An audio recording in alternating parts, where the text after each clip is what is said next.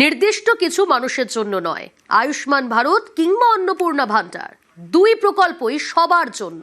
তৃণমূলের প্রচার উড়িয়ে দিয়ে ঘোষণা শুভেন্দু অধিকারী সরকারের।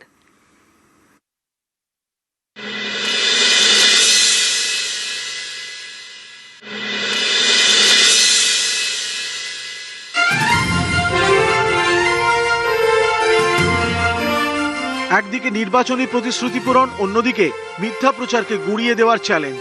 আয়ুষ্মান ভারত এবং অন্নপূর্ণা ভান্ডার এই দুই প্রকল্প নিয়ে এভাবেই এগোলো বাংলার প্রথম বিজেপি সরকার। ২৬-এর ভোটের আগে বিজেপি প্রতিশ্রুতি দিয়েছিল ক্ষমতায় এলে বাংলায় চালু হবে আয়ুষ্মান ভারত এবং অন্নপূর্ণা ভান্ডার।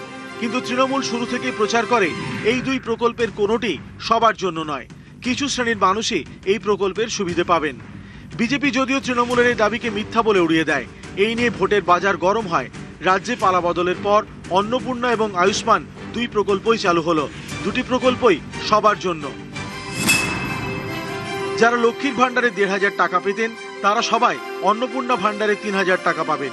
যারা লক্ষ্মীর ভান্ডার পাচ্ছিলেন তাদের নামটাই ট্রান্সফার হয়ে যাবে অন্নপূর্ণা ভান্ডারে। আপনারা ১০০০ টাকা বা ১২০০ টাকা পাচ্ছিলেন বা ১৫০০ টাকা লিস্ট ১ মাস আগে পেয়েছেন, আমাদের সরকারে আপনারা ৩০০০ টাকা পাবেন। যারা স্বাস্থ্যসাথী কার্ডের সুবিধা পেতেন, তারা সবাই আয়ুষ্মান ভারতের সুবিধা পাবেন।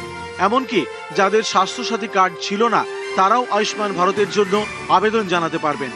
আমরা আশা করছি যে স্বাস্থ্যসাথীর কার্ডের সঙ্গে যুক্ত এমন ৬ কোটিরও বেশি আমরা যারা কার্ড হোল্ডার তাদেরকে আয়ুষ্মান ভারতে এক্ষুনি নিয়ে যেতে পারবো। পরে পরে এই সংখ্যা আরো বৃদ্ধি পাবে। সবার জন্য অন্নপূর্ণা ভান্ডার, সবার জন্য আয়ুষ্মান ভারত, জোড়া এই ঘোষণায় তৃণমূলের প্রচারকে গুঁড়িয়ে দিল বিজেপি সরকার।